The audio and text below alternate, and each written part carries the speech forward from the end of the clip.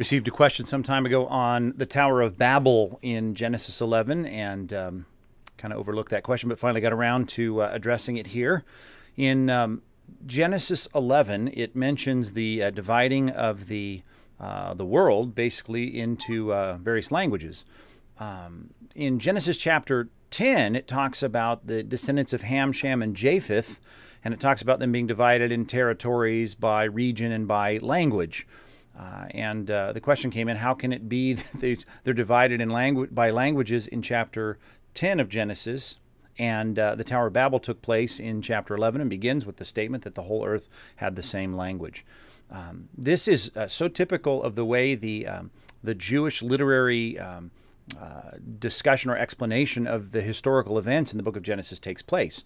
You can see a retelling or a recapitulation of the story that is brought up or mentioned in a previous chapter. You can see that in the creation story in Genesis chapter 1.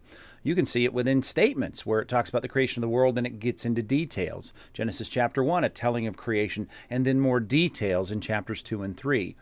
In Genesis chapter 10, in describing the descendants of Noah through the three sons and daughters of Noah, Ham, Shem, and Japheth, and their families, he brings that story, Moses does in writing that, all the way to the end of their dissemination on the earth, and talks about them being divided in their various languages.